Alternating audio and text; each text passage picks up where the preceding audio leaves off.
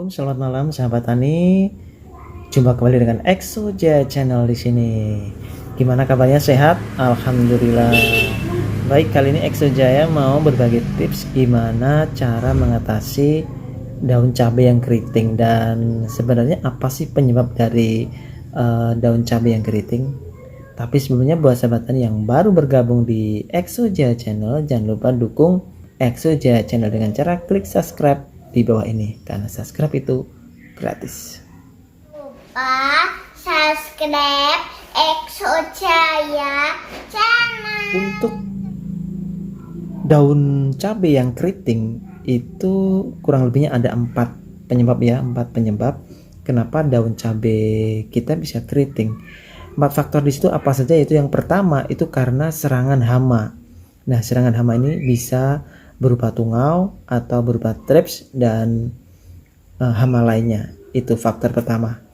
Faktor kedua itu bisa terjadi karena overdosis pestisida. Nah, makanya bagi sahabat tani, sebelum kita melakukan aplikasi dibaca dulu di setiap kemasan obat pestisida berapa aturannya. Kalau enggak, silahkan bertanya sama penjual obatnya. Itu faktor yang kedua, yaitu karena overdosis dari pestisida. Dan yang ketiga itu adalah karena faktor pH tanah. Mungkin bisa jadi pH tanahnya itu di bawah 6,5, yaitu keasamannya segitu. Jadi perlu diperhatikan, perlu diperbaiki dulu tanahnya. Kalau enggak, bisa dicek dulu menggunakan alat pH tanah. Itu faktor yang ketiga. Sedangkan faktor yang terakhir itu adalah karena memasuki musim kemarau atau musim panas dan atau kekurangan air. Itu faktor yang keempat. Jadi ada 4 faktor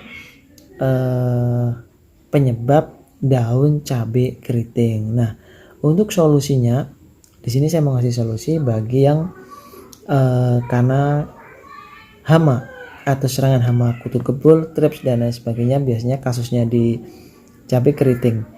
Yaitu disemprot dengan menggunakan insektisida yang berbahan aktif metomil. Di sini berbahan aktif metomil di sini. Di sini metomilnya adalah 45% di sini. Dan dimix dengan yang namanya abamectin di sini 60 EC abamectin. Untuk masalah nama merek atau produk silahkan di masing-masing daerah jelas tidak sama ya. Untuk hama pencegah tungau atau thrips itu kita bisa menggunakan insektisida metomil dan juga yang berbahan aktif abamectin. Nah, juga untuk setiap kawasan itu jelas beda ya, beda merek. Jadi kita tidak usah memperhatikan nama produk, tapi perhatikan aja bahan aktifnya, yaitu metomil, insektisida metomil di sini, dan juga insektisida abamectin di sini. Jangan lupa dikasih sama yang namanya perekat. Jadi bisa menembus ke bawah di sini.